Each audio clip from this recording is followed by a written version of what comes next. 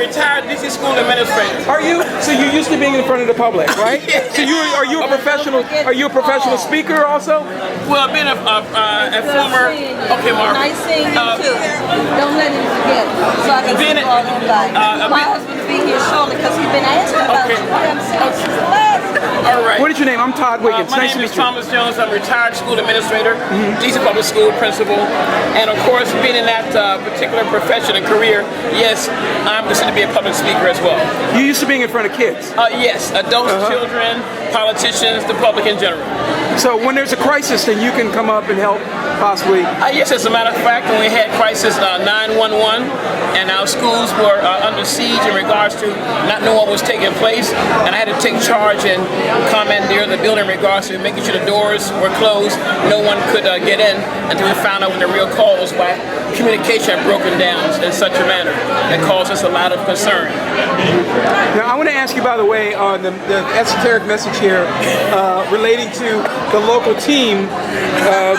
Are you invested in the Redskins by any chance? No, I'm not invested. I'm just a fan. Just a regular football, a sports fan. Then that means you pay, right, to get in? Whenever I have the money to go. Oh, okay, good.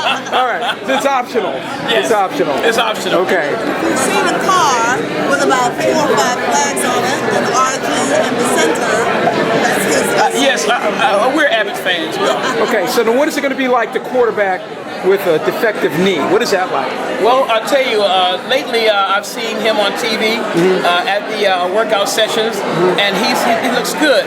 You don't see, there's no indication. There's no limping.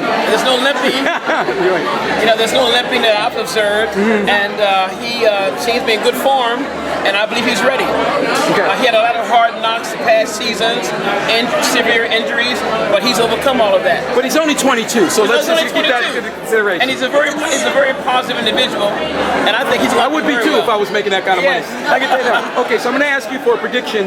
I know it's early. We haven't even started training camp quite yet. But can you give us a prediction? Tell us right now what you think the Redskins are going to do in this coming season, 2015 season. I think we're going to have a very strong offensive line.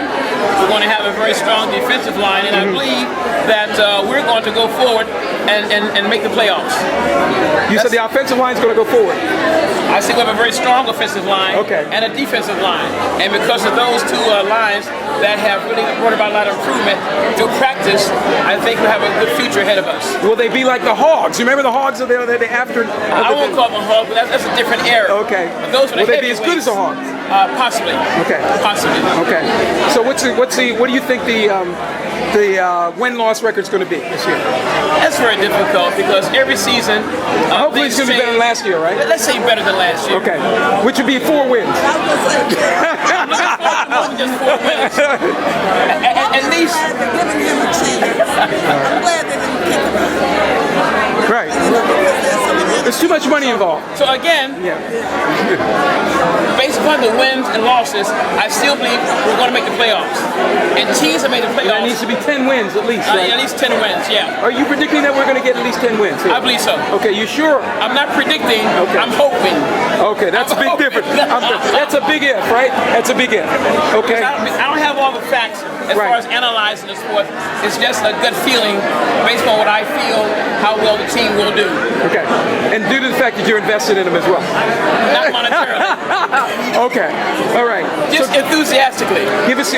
Tell us one more time who you are and what made you such a enthusiastic Redskin fan. My name is Thomas Jones, retired DC school administrator. My father-in-law, he's since passed, but he was also a Washington Redskin fan, and I kind of followed suit. And what brought you here to this opening today? Well, I know several of the art individuals here, and I received an invitation to come, and that's why we're here. And what's your favorite piece? Do you have any particular pieces that you like? It's hard to say. I see Miss Cheryl Edwards, a piece of her. Yeah, that's different, isn't it?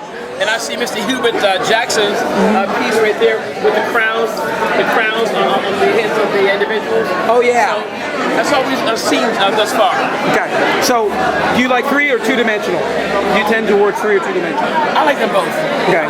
You have Redskin art in your place, right? Yes. I know that. So that's some of that's probably 2-dimensional. Yes. But if you have caps and let's say other promotional gear, then it might be sculpture. Correct.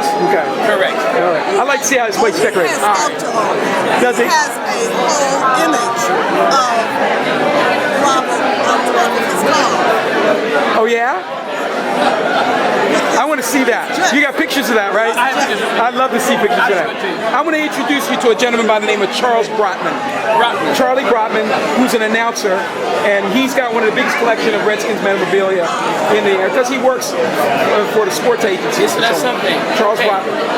All right, give me a few moments to pull this up on my camera. Okay, good.